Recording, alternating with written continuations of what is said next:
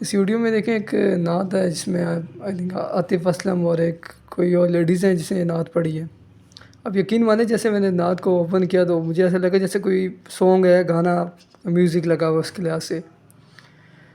یقین مانیں کہ ہم لوگ اتنے حد تک گر چکے ہیں کہ ویوز کی خاطر، سبسکرائبر کی خاطر ہمیں یہ نہیں پتہ ہمارا اسلام ہمیں کیا کہتا ہے۔ ہم نے جس پیسہ کمانا ہے، ارننگ کرنی ہے، ہمارے لیے سب سے زیادہ اہمیت رکھتا ہے ارننگ، کہ ہمیں یوٹیوب سے ویوز ہیں اور ہماری ارننگ ہو۔ اب دیکھیں رسول اللہ صلی اللہ علیہ وسلم کا نام لینا اور اتنی مبارک جگہ خانہ کعبہ کی تصویر آ رہی ہے اس میں، اور اس طرح کے گانوں کی جسے ٹیون بنائی ہوتی ہے، لگتا ہے بالکل گانے کی طرز۔ اب جیسے آپ نے یہ نعت دیکھی بھی ہوگی، اس میں ایک لیڈیز اور ایک عاطف اسلم جو ہے یہ نعت پڑھ رہے ہیں۔ میں یقین مانے میں نے جب اس کو دیکھا تو میں نے شاید کہا کوئی گانا کوئی سنگنگ کر رہا ہے۔ اللہ معاف کرے، ہمارے یہاں ایک چیز پائی جاتی ہے، ہمیں فرق نہیں پڑتا ہے کہ کوئی گانا گا رہا ہے، ہم کہتے ہیں بھائی اللہ کا نام آ رہا ہے۔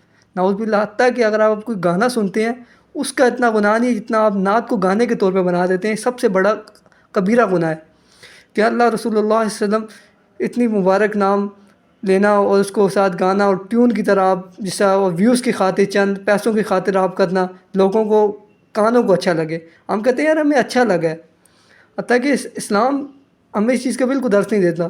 اگر ہمیں کوئی چیز اچھی لگتی ہے، ہمارے کانوں کو اچھی لگتی ہے، یہ نہیں کہ ہمیں کوئی گانا اچھا لگتا ہے ہم اس کو کہیں بھائی نہیں جی اس میں اللہ کا نام ہے، یہ تو بہت پیارا کلام پڑھ رہا ہے۔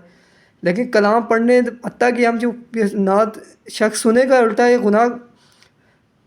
گناہ کر رہا ہے۔ اب دیکھیں کہ اس میں جیسا میوزک کا استعمال کیا گیا ہے، رسول اللہ علیہ وسلم کا نام دیا جا رہا ہے، خانہ کعبہ اتنی مقدس جگہ اس کا نام دیا جا رہا ہے، اور اس کے خاطر اس کے گانا ٹیون یقین مانے بالکل لگتا ہے گانا ہے۔ آپ نے اسے دیکھا بھی ہوگا نعت، اور یہ آج کل ویڈیو بڑی وائرل ہوئی ہے۔ اللہ تعالیٰ ہمیں سمجھنے اور کی توفیق عطا فرمائے، کیونکہ میں نے اکثر دیکھا ہمارے یہاں جو فارملی نعت پڑھی جاتی ہے عام طور پہ، ہم شاید اس کو سننا اتنا پسند نہیں کرتے لوگ، کیونکہ ہمارے یہاں میوزک جس طرح گانوں میں میوزک ہمیں پسند ہے، اس طرح لوگوں کو نعت میں بھی میوزک پسند ہے۔ لیکن نعت کو آپ سیپریٹ رہنے دیں میوزک سے، کیونکہ رسول صلی اللہ علیہ وسلم کا جو کلام ہے اس میں میوزک شامل نہیں ہے، اور جو الفاظ کا چناؤ ہے وہ بڑا ادب سے استعمال کیا جاتا ہے۔ اللہ تعالیٰ ہم سب کو سمجھنے کی توفیق عطا فرمائے۔ میرا ویڈیو بنانے کا مقصد کوئی ویوز لینا یا نہیں ہے، جس اللہ کی رضا کی خاطر آپ لوگوں کو آگاہ کرنا ہے۔ غلط اور صحیح چیز کے بارے میں میرا فرض بنتا ہے کہ میں جو چیز میرے سامنے آتی ہے اس کو میں روکوں، اس میں کمنٹ کروں، اس کے بارے لوگوں کو اویئرنیس دوں۔ باقی آپ کا کام اس پہ آپ عمل کریں یا نہ کریں وہ آپ کا قول و فعل ہے۔ اللہ تعالیٰ ہم سب کو سمجھنے کی توفیق عطا فرمائے۔ جزاک اللہ۔